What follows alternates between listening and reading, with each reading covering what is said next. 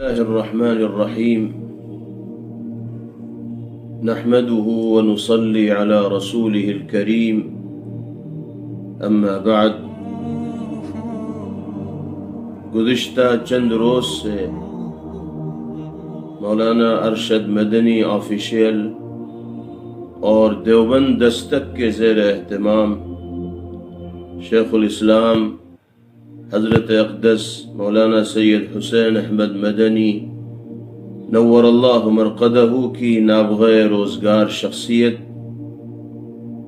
ان کی حیات مبارکہ اور ذری خدمات سے نسل نو کو متعارف اور روشناس کرنے کی غرض سے ایک سلسلہ وار پروگرام جاری ہے، جس میں حضرت کی زندگی کے مختلف پہلوؤں پر بر صغیر کے مقتدر حضرات علماء کرام دامت برکاتہم نے روشنی بھی ڈالی ہے اور ارباب قلم نے مضامین بھی لکھے۔ اس مفید سلسلے کے محرک اور روح رواں فاضل نوجواں برادر عزیز مولانا مہدی حسن عینی نے اس ناکارہ کو بھی ان پروگراموں میں حصہ لینے کی دعوت دی تھی، لیکن اپنی کوتاہی کی وجہ سے باضابطہ تو کسی پروگرام میں شرکت نہ ہو سکی، البتہ موقع کی مناسبت سے ملک کے موجودہ حالات کے تناظر میں حضرت شیخ الاسلام نور اللہ مرقدہ کے بعض اہم پیغامات کو ذکر کرنے کے ساتھ ساتھ عالمی احوال کو پیش نظر رکھتے ہوئے آپ کی نصائح کی معنویت کو عرض کرنا ضروری سمجھا گیا۔ میں مبارکباد پیش کرتا ہوں مولانا مہدی حسن عینی اور ان تمام رفقا کو جو اس پروگرام کو چلا رہے ہیں اور حضرت مدنی نور اللہ مرقدہ کی حیات و خدمات سے نئی پیڑھی کو واقف اور باخبر کرانے میں نمایاں کردار ادا کر رہے ہیں۔ حضرت مدنی نور اللہ مرقدہ نے مختلف اوقات میں مسلمانان ہند یا ملت اسلامیہ کو دنیا کے احوال سے باخبر ہو کر جو ٹھوس پیغامات دیے ہیں وہ بلا مبالغہ ایک دائمی لائحہ عمل کی حیثیت رکھتے ہیں۔ حضرت کے بتائے ہوئے خطوط پر جو قرآن و سنت سے مستنبت ہے، اگر قومی زندگی کی تعمیر ہو تو دین پر استقامت کے ساتھ ساتھ دنیا میں بھی عافیت و عزت اور سکون ملت اسلامیہ کا مقدر بنتا چلا جائے۔ حضرت مدنی نور اللہ مرقدہ کے خطبات و مکاتیب کا مطالعہ کرنے سے اندازہ ہوتا ہے کہ تین چیزوں کو خاص طور سے حضرت مدنی نور اللہ مرقدہ بڑی اہمیت کے ساتھ لوگوں کے درمیان بیان فرمایا کرتے تھے۔ نمبر 1، شریعت کی پابندی۔ نمبر 2، جرأت و بلند ہمتی۔ نمبر 3، اخوت و بھائی چارہ اور ملک کی خیر خواہی۔ حضرت کے خطبات میں، بیانات میں، واعظ و نصائح میں سب سے زیادہ زور جس بات پر ہوتا تھا وہ شریعت کی مکمل اتباع اور پیروی، قرآن و سنت کو مضبوطی سے تھامنا اور حقوق اللہ اور حقوق العباد کی ادائیگی کا اہتمام کرنا ہے۔ چنانچہ ایک موقع پر آپ نے تقریر کرتے ہوئے فرمایا، ملت اسلامیہ کو خطاب کرتے ہوئے ہم اگر اپنا مستقبل روشن بنانا چاہتے ہیں تو سب سے پہلی شرط یہ ہے کہ اسلام سے زیادہ وابستہ ہوں اور داعی اسلام محمد الرسول اللہ صلی اللہ علیہ وسلم کے دامن رحمت کو زیادہ سے زیادہ مضبوطی سے تھام لیں۔ قرآن پاک کا ارشاد ہے وَأَنْتُمُ الْأَعْلَوْنَ إِن كُنْتُم مُؤْمِنِينَ، اگر صاحب ایمان ہوگے تو تم ہی سربلند رہو۔ حضرت فرماتے ہیں اپنی اصلاح، اپنے قبیلے عشیرے کی اصلاح، بچوں اور نوجوانوں کی اخلاقی تربیت، احکام شریعت کی پابندی، زندگی کے ہر شعبے میں دین کی اطاعت، پڑوسیوں اور اہل شہر کے حقوق کی ادائیگی، خدمت خلق کے صحیح جذبات، حب وطن کے فرائض کی انجام دہی، انفرادی اور اجتماعی دونوں اعتبار سے آپ کے روشن مستقبل کی ضمانت ہے، تعمیر ملت کی بنیاد ہے اور منزل کی کامیابی کی شاہراہ۔ اسی طریقے سے آپ ترغیب دیتے تھے مسلم سماج کے ہر فرد کو کہ وہ اپنے گھروں میں دین کا ماحول بنانے والے بنے، اپنے بچوں اور بچیوں کو دینی تعلیم کی طرف رغبت دینے والے بنے۔ کسی حال میں مسلمان بچے دینی تعلیم اور اسلامی تربیت سے غافل ہو کر زندگی گزارنے والے نہ ہوں۔ چنانچہ ایک موقع پر آپ نے فرمایا کہ ضروری ہے کہ مسلمان قومی اور دنیاوی تعلیم کے ساتھ ساتھ اپنا فرض پوری بیداری اور ذمہ داری کے ساتھ محسوس کرے اور صرف اپنے اعتماد پر ایسا ہماگیر نظام قائم کرے جو اسلامی تعلیمات کی بقا و حفاظت کا ذمہ دار ہو سکے، اور جس وقت بچے کے سادہ دل و دماغ پر سرکاری اسکولوں میں دنیاوی تعلیمات کے نقش کندہ کیے جائیں، اسی کے ساتھ اس نظام کے ماتحت مکاتب و مدارس میں اسلامی عقائد و اخلاق کے رنگ بھی بھرے جاتے رہے۔ ایک جگہ فرمایا کہ اگر ہمارا ہر ایک گھر تعلیم گاہ اور تربیت گاہ نہ بن سکے تو کم از کم ہر مسجد تو تربیت گاہ ہونی ہی چاہیے۔ آخری شکل یہ ہے کہ ہم اپنے پرائیویٹ اسلامی مدارس و مکاتب کا جال پورے ہندوستان میں پھیلا دیں۔ ظاہر سی بات ہے جب تک دینی بنیادی تعلیمات سے مسلم سماج کا ہر فرد واقف اور باخبر نہیں ہوگا، اس وقت تک شریعت اسلامیہ کی عظمت و اہمیت، قدر و منزلت اس کے دل کے اندر نہیں بیٹھے گی، اور جب تک شریعت اسلامیہ کی عظمت و منزلت دل کے اندر نہیں ہوگی، اس وقت تک دین پر استقامت اور قرآن و سنت کی رسی کو مضبوطی سے تھامنا اس کے لیے ممکن اور آسان نہیں ہو پائے گا۔ اس لیے آپ یہ پیغام دیا کرتے تھے ملت اسلامیہ کو کہ ہم دینی تعلیم کو ہر حال میں رواج دینے والے بنیں،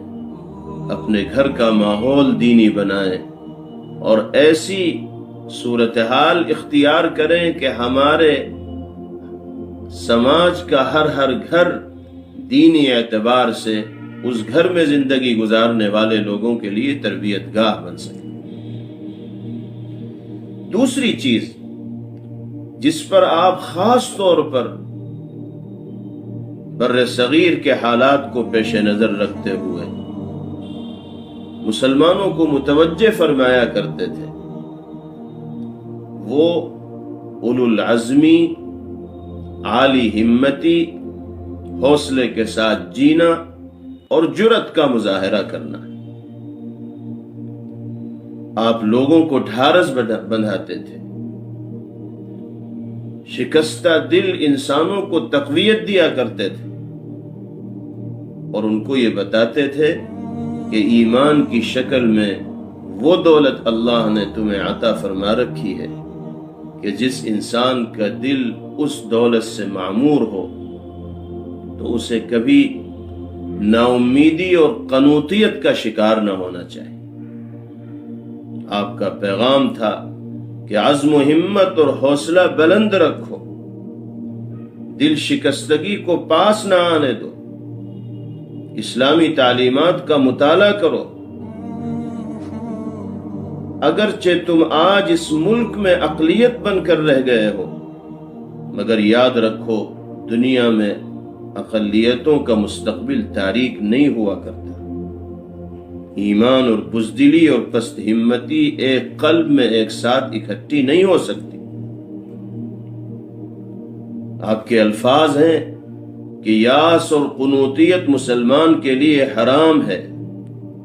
زندگی سعی پیہم کا مسلسل کوشش کرنے کا نام ہے۔ اگر آپ زندہ رہنا چاہتے ہیں تو میدان عمل میں اتریے اور جدوجہد میں پوری ہمت صرف کر دیجیے۔ پست ہمتی اور بزدلی بدترین بیماریاں ہیں۔ مسلمان سب کچھ ہو سکتا ہے مگر بزدل اور پست ہمت کبھی نہیں ہو سکتا۔ ایمان باللہ اور بزدلی ایک قلب میں جمع نہیں ہو سکتے۔ مشکلات سے گھبرا کر راہ فرار اختیار کرنا زندہ قوموں کے نزدیک سب سے بڑا جرم اور ناموس ملت کے لیے سب سے بڑا ننگ و عار ہے۔ ہم اسلامی تعلیمات کا گہری نظر سے مطالعہ کر کے جس قدر اس پر صحیح معنوں میں عمل پیرا ہوں گے، اسی قدر ہم وطن عزیز کے بہترین خادم، اس کے بہادر محافظ اور اہم ترین جز ثابت ہوں گے۔ اخیر میں حضرت نے فرمایا، بے شک پاکستان بن جانے کے بعد مسلمان مجموعی طور پر اور صوبائی لحاظ سے بھی اقلیت بن کر رہ گئے ہیں، لیکن کیا اقلیت کا مستقبل تاریک ہی ہوتا ہے؟ اپنے اس جملے کے ذریعے حضرت نے پوری ملت کو دعوت فکر دی ہے، ان کے اندر حوصلہ پیدا کرنے کی کوشش کی ہے، احساس کمتری سے ان کو نکالنا چاہا ہے کہ اگرچہ ہم اقلیت ہی کی حیثیت سے اس ملک کے اندر زندگی گزار رہے ہیں، لیکن اقلیت کے افراد بھی اگر مسلسل صحیح راہ پر گامزن ہوتے ہیں، محنت و جدوجہد کے میدان میں لگے رہتے ہیں، تو کامیابی اور کامرانی ان کا بھی مقدر بنتی ہے۔ اسی طرح ایک موقع پر حضرت نے فرمایا کہ بزدلی اور خوف کو اپنے دلوں سے نکال دو۔ ملک کے حالات کو دیکھتے ہوئے آپ نے یہ نصیحت فرمائی کہ اسلام دشمن طاقتیں، ملک دشمن طاقتیں چاہے جتنا تمہیں نقصان پہنچانا چاہیں اور چاہے جس طرح تم پر حاوی ہونا چاہیں، لیکن تم کبھی کسی سے مرعوب مت ہو۔ بزدلی کو اپنے دل سے، خوف کو اپنے دل سے نکال دو، اور یہ یاد رکھو کہ اسلام اور بزدلی ایک جگہ جمع نہیں ہو سکتے۔ صبر و استقلال کے ساتھ مصائب کا مقابلہ کرو اور کبھی فساد کی ابتدا نہ کرو۔ اگر فسادی تم پر چڑھائیں تو ان کو سمجھاؤ، لیکن اگر وہ نہ مانے اور کسی طرح نہ مانے تو پھر تم معذور ہو۔ بہادری کے ساتھ ڈٹ کر مقابلہ کرو، اور اس طرح مقابلہ کرو کہ فسادیوں کو چھٹی کا دودھ یاد آ جائے۔ تمہاری تعداد خواہ کتنی ہی تھوڑی ہو، مگر قدم پیچھے نہ ہٹاؤ اور اپنی غیرت و حرمت کی حفاظت کرتے ہوئے جان دے دو۔ یہ عزت و شہادت کی موت ہوگی۔ حضرت مدنی نور اللہ مرقدہ کے اس حوصلہ بخش بیان کو اور آپ کے خطاب کے اس اقتباس کو نہ صرف یہ کہ ملک میں بسنے والے مسلمانوں کو اپنے دل کی تختی پر نقش رکھنا چاہیے، بلکہ ساری دنیا میں موجود ملت اسلامیہ کے افراد تک حضرت مدنی نور اللہ مرقدہ کا یہ پیغام پہنچنا چاہیے اور اسی جذبے کے ساتھ ایک ایمان والے کو اس دنیا کے اندر زندگی گزارنی چاہیے۔ تو حضرت کے خطابات اور بیانات میں دوسری اہم چیز جس پر خاص طور پر آپ توجہ دیا کرتے تھے وہ یہی تھی کہ اہل ایمان پوری جرت اور عالی ہمتی کے ساتھ، حوصلہ مندی کے ساتھ اس دنیا میں جینے والے بنے، اور حالات چاہے جتنے خراب ہوں لیکن وہ مرعوبیت کا شکار نہ۔ تیسری چیز جو حضرت کے خطبات میں پیغامات کی شکل میں کثرت کے ساتھ ملتی ہے وہ باہمی اخوت اور بھائی چارگی کو فروغ دینا ہے، خدمت خلق کی ترغیب ہے، سماجی خدمت پر لوگوں کو آمادہ کرنا ہے، اور ملک کی خیر خواہی اور اس کے تحفظ کے لیے ہر طرح کی قربانی کا جذبہ اپنے دل کے اندر رکھنا ہے۔ آپ فرمایا کرتے تھے کہ مسلمان کا فرض ہے کہ وہ تمام تنگ نظریوں سے بالاتر ہو کر اعلی اخلاق کا نمونہ، عدل و انصاف کا مجسمہ اور تہذیب و شرافت کا پیکر بن کر دنیا کے سامنے پیش ہو۔ مجھے تسلیم ہے کہ فرقہ وارانہ ذہنیت کو ختم کرنے کا فرض پوری اہمیت کے ساتھ اکثریت پر عائد ہوتا ہے، اور گلشن وطن کو فرقہ واریت کے کانٹوں سے صاف کرنا تمام اہل وطن کا مشترکہ فرض ہے، مگر یہ مسلمانوں کا مخصوص فرض ہو جاتا ہے کیونکہ محض باشندے ملک کی حیثیت ہی سے نہیں بلکہ اس حیثیت سے بھی کہ وہ اس ذات اقدس کا دامن سنبھالے ہوئے ہیں جس کو مکارم اخلاق کی تکمیل کے لیے تمام جہانوں کے واسطے رحمت بنا کر بھیجا گیا۔ جب فرقہ واریت ایک مہلک مرض ہے تو اقلیت کا بھی فرض ہے کہ پوری احتیاط کے ساتھ اپنی نفس ٹٹولے، اور کوئی بھی درجہ اس مرض کا موجود ہو تو جلد از جلد اس سے شفا پانے کی کوشش کرے۔ مرض کے علاج کے لیے دوسرے مریض کے اچھے ہونے کا انتظار کرنا قطعاً غلط ہے۔ یہ ہے حضرت کا وہ پیغام کہ جس پر خاص طور پر اس ملک میں بسنے والے لوگوں کو عمل کرنے کی ضرورت ہے۔ آپ یہ فرمایا کرتے تھے کہ ہماری بڑی خواہش ہے کہ ہندوستان اور پاکستان کے تعلقات خوشگوار ہوں اور زیادہ سے زیادہ مضبوط ہوں، لیکن اگر کسی موقع پر ان دونوں کے نقطۂ نظر میں اختلاف ہوتا ہے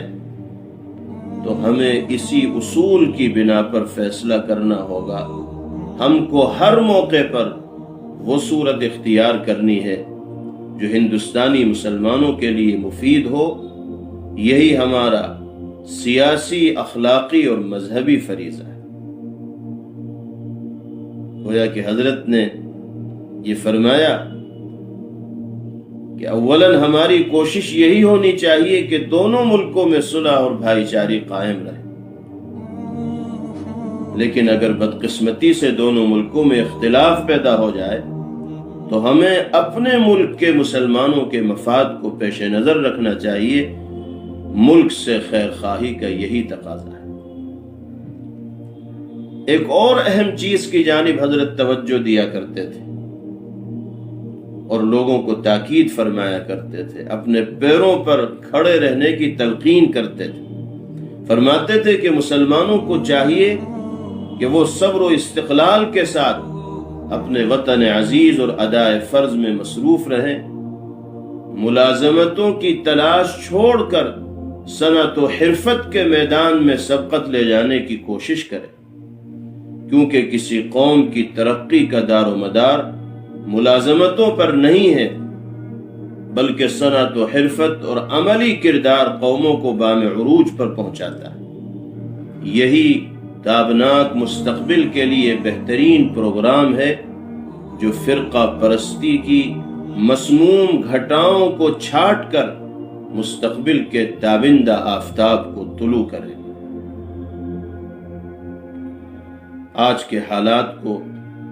جب ہم سامنے رکھتے ہیں اور قدم قدم پر حکومتی ذمہ داران کی طرف سے تعصب کا نشانہ بنتے ہوئے اپنے لوگوں کو دیکھتے ہیں، تو حضرت مدنی نور اللہ مرقدہ کی یہ نصیحت ہمیں یاد آتی ہے۔ آپ کے فرمانے کا منشا یہ ہے کہ ہمیں کسی دوسرے سے کوئی توقع اور امید رکھنی ہی نہ چاہیے۔ چھوڑ دیجیے ملازمتوں کی تلاش، خود آپ تجارت میں، صنعت و حرفت میں ترقی کیجیے، اور یہ ذہن میں رکھیے کہ ترقی کا مدار ملازمتوں پر نہیں، تجارت و صنعت و حرفت کے ذریعے اللہ نے چاہا وہ ترقی ملے گی کہ جو ملازمت کے ذریعے بھی آپ کو نہیں مل سکتی۔ اس طرح حضرت مدنی نور اللہ مرقدہ کے خطبات میں اور آپ کے خطوط میں اور مکاتیب میں وہ اصولی اور بنیادی باتیں لکھی ہوئی ہیں جن پر اگر غور کیا جائے اور گہرائی کے ساتھ مطالعہ کیا جائے تو بہت سے مسائل کا حل حضرت کی ان تعلیمات پر عمل کرنے کے نتیجے میں مل سکتا ہے۔ اللہ تعالی ہم سب کو حضرت مدنی نور اللہ مرقدہ کی شخصیت کو صحیح طور پر سمجھنے کی اور آپ کے کردار کے اور اخلاق کے اور شخصیت کے جو سبق آموز پہلو ہیں ان سے سبق لینے کی توفیق نصیب فرمائے۔ وآخر دعوانا ان الحمد للہ رب العالمین۔